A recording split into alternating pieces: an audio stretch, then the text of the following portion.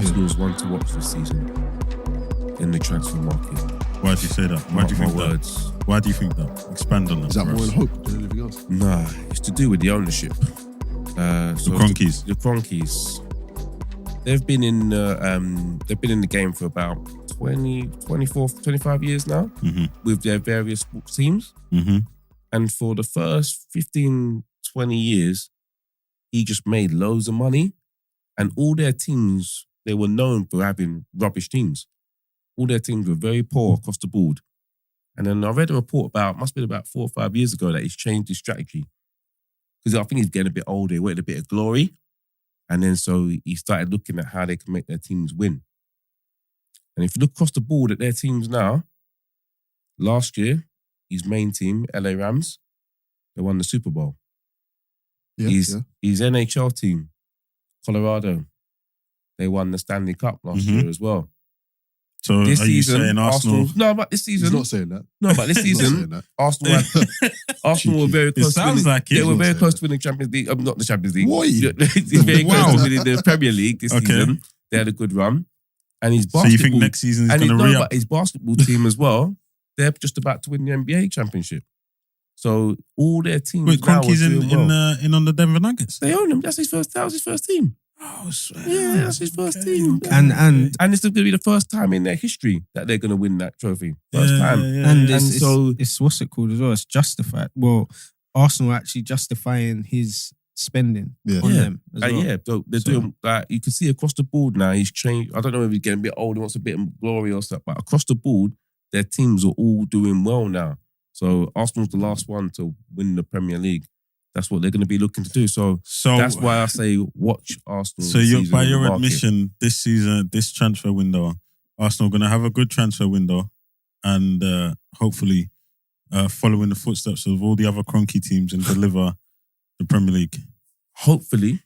I think they'll have a good window. But then obviously, Arsenal's up against a juggernaut. In it. To win the Premier League, you got to come above City. So you could buy the best players you could get, but still not win it. So nothing's guaranteed. But I think they're gonna go for it because that's what they've been doing across the board. In recent times, I don't think it's a coincidence that all their teams have been fighting for championships after 20 years of being rubbish. All of them. T, where do you stand on that one? I feel like the past couple seasons, I feel like they've been justified spending the money. I don't think there's been too many bad signings where they can say, oh, that was terrible. You could look at the Pepe or something like that. But most of it, not every transfer ain't going to be a great signing every single time, innit? But I feel like the majority have been good signings. I feel like they've put trust in Arteta and Edu to make decisions and come together and work out what they want to do. In terms of the players that they bring in, the caliber of players, their characters, everything, I feel like it's been good. So, with that being said, on top of it, the reasons why we fell away and past 2 seasons fell away a bit at the end of the season, I feel like they are going to try and rectify that from now. Sign some serious players. What Arteta wants, whatever list he's made or the players that he wants, I feel like they're going to attack and try and sign every single one of those players and go again next season. Because I feel like they actually believe that, we can win it. There's no reason why anyone at that club believes they cannot win the Premiership next season. Question. So if then, let's say they spend, right? He gets given 200 mil to spend and he brings in a raft of players. Sells as well. So he's not just spending the whole 200, but he's selling as well. And Arsenal don't do anything next season. Do you think that they're going to continue that level of investment? Or win a trophy?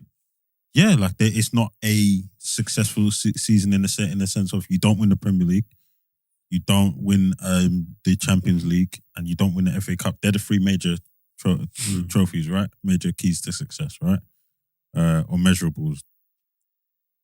You don't win any of those, do they then continue that investment again the season after? Like, looking forward, they can't continue to do this investment, right? I think they will. Yeah, I think depends. You think they will? They've not given us any reason to believe that they won't. Like they listened to us a few years back, and since that point, they've just given to the fans what we want.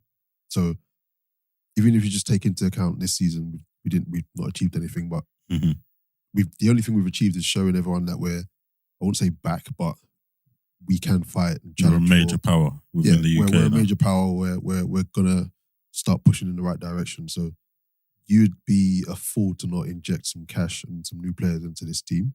And then obviously, hopefully next season will be a better season than this season, or at least at the very minimum similar.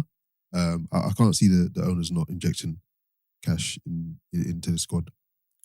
I don't think it's a bottomless pit of money. I don't think they'll keep doing it year in, year out. Yeah, I think like it'll get to the stage where it's like, okay, well, this is not happening. So I don't think they're going to just keep pumping in. Like this summer, I'm expecting minimum 200 mil to be spent. But next summer and the summer after that, I can't say it's going to be another 200, another 200. Yeah. But I feel like at this time they're in the mode of we're going for it. I mean, spending 200 mil, you're not spending lightly, right? You're looking at least 3 players, right? Because we're not. I can't see you spending on Neymar, who's probably worth, your mortgage on a liver. I can't see you spending on, any of the top 5 key players. So you're probably most likely going to bring in 3 or 4 players. And if you do, I mean, you should have a squad good enough to challenge, if not next season, the season after. So yeah. Well, we challenged this season. Well, you know what I mean? Like, when I say challenge, like going to the wire or that's what winning. I'm saying. Yeah. So next season, if they're looking at it like, well, we challenged this season, and realistically, barring a month, we were running the show. So could let's that go spend. against you? As in don't spend because we've got enough. Yeah. No, they know we need depth. Arteta's probably in their ear right now telling them we need depth. Definitely need depth, and we're gonna sell players as well. Yeah, exactly. We're actually letting a few go. So yeah, I feel like we're gonna spend, and we're gonna spend. Could we challenge if we didn't spend? If we went with the same team that we went last season? Good question. Why I think why we not? could, but I don't think we'll win. We'll fall off again like we did this season. It's just the No, depth I say could we challenge? I didn't say could we win it. I say could we challenge? But you've now got the experience of handling that. Okay, we could challenge to a certain degree, but how far will that take us? We just know it's gonna fall off at some point. We might take you a little bit further than last year. I'm not too sure. We need. That's all you need to do. Go a little bit further than last year. We need the depth. It's a non-negotiable. We need the depth. We can't go into the next season. And other teams will strengthen. Yeah, we can't go into next season with this lack of depth that we currently have. It's not even this. We shouldn't even think it's a possibility. We need to go into the transfer window and buy a few more positions. And we got. I would. It's hard to say saying we was lucky with injuries, but we were kind of lucky for the majority of the season. But I guess to your point, the injuries kind of was the reason why we slightly fell off. So maybe if we didn't get injured, the lack of depth wouldn't have been so much of an issue. But I mean, you've made 2 key signings so far this summer. This summer, the contract. Oh, yeah. Exactly. Yeah, Saka, Saliba. Great, That's amazing. signings.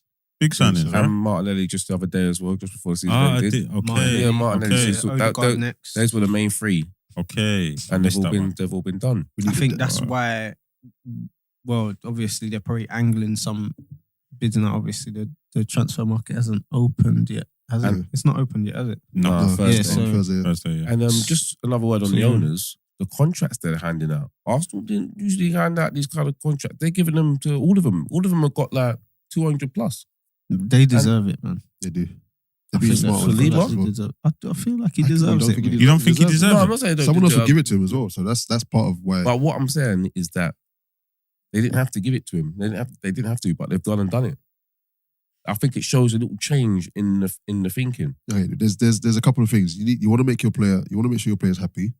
You want to keep other clubs that will easily, like to T's point earlier, Newcastle will come in and say, bro, you want 300,000? The club's only giving you 150? Take that. It's up to him whether he wants to go to Newcastle, obviously, because they're not as big as your Liverpool, Man United and whatnot, but we can't be giving these petty contracts if we're trying to keep our players and keep them happy.